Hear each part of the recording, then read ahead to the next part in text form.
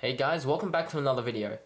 Earlier this morning, HTC announced that they'll be rolling out the Android 5.0.1 Lollipop update for your HTC One M8 today for international variants. And because my device is the developer edition, so I do get the updates pretty much exactly on time as the other international variants. But this afternoon I actually got the update, and I did the update, and it was a 500 megabyte download to Lollipop, and several minutes of installation. And yeah, so today I'll be demoing or walking you through some of the new things I found on the latest Lollipop for the One M8. So first off, when you boot off, you get to see kind of like the Android L-ish kind of starting apps and loading apps. And the first time you boot your phone after the update, it will start to like optimize all your applications to run on the Android runtime. So that will take a little bit depending on how many applications you have. But luckily I don't have any, apart from like some standard Google ones and Skype for some reason. Only those had to really be converted, you could say, to suit the new runtime. So everything else is pretty much exactly the same as before. There's not much of a change unless these buttons are a little bit smaller. The only noticeable change I saw with the HTC apps is the gallery, that it does look a bit different. It has more slidey menus, not slide, kind of like the feed, grid, events, and calendar year. So different ways to categorize your photos and videos. And also when you slide over here, you get to see more options here. So apart from that, I didn't see too much. But when you look a little bit deeper, closer, you can see that little things like the Google search bar has kind of its material look. Also, when you go into recent apps, you get the new Lollipop recent apps with its cards like this. Now you'll see that there's an option here, and you can see your running apps, which just takes you to the apps page in the settings, or you could go to settings, and this is the settings for your screen, or sorry, your multitasking pane. So first off, we have screen pinning, and if you turn that on, you can select an application to permanently pin on. So for example, I want people to only use the browser. So if I'm handing this to my kid or something, you can tap on this pin button down here, and this will pretty much lock your screen onto this. So they won't be able to access notifications, they won't be able to go home, they won't be able to go back, multitask, anything. They'll be stuck in whichever app you set it to be pinned on. So as you can see down here, you had to hold back and a recent to get out of it. So once you hold that, screen unpinned, and it'll take you back to the home screen. So from there you can actually lock your screen to whichever one you want. Also, if we go back to the settings, and we'll just turn this off. Oops. So go back to your settings of your app drawer, and you can change the layout too.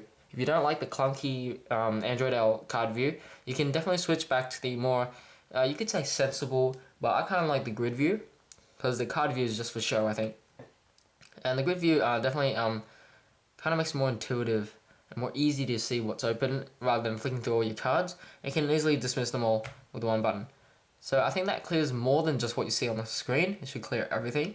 And apart from that, you can only notice real subtle things, just like, especially the notification center, the new one that has been pushed out. So it's exactly the same, pretty much exactly the same as your 5.0 Lollipop stock one, except you do actually get to customize it, and it has kind of left the HTC feel and look to it.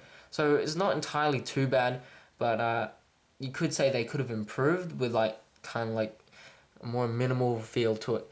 At least you can actually change what toggles you can have here, just like normal. As you can see just then, you did have the kind of material movements and animations, so like that. And if we head over to the settings, we can tell also nothing much has changed, except when you kind of over scroll, you kind of see it bump up. If I can just demo that again, kind of like that, but you don't get to drag on it like on stock Lollipop.